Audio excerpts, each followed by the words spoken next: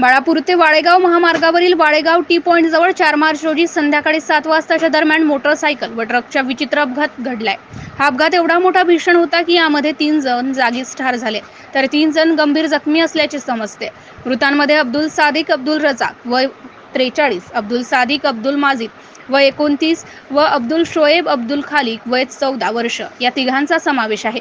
बाळापूरकडे जात असलेल्या मोटरसायकलला समोरून येणाऱ्या ट्रकने जोरदार धडक दिली आहे.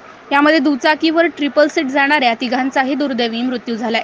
या घटनेची माहिती मिळताच वाडेगाव येथील नागरिकांची तत्काळ धाव घेऊन अपघातग्रस्तांची मदत केली आहे. त्यानंतर वाडेगाव पोलीस चौकीतील कर्मचारी घटनास्थळी दाखल होऊन त्यांनी जखमींना तत्काळ अकोला येथे सर्व उपचार रुग्णालयात उपचारासाठी पाठवल्याचे वृत्त आहे.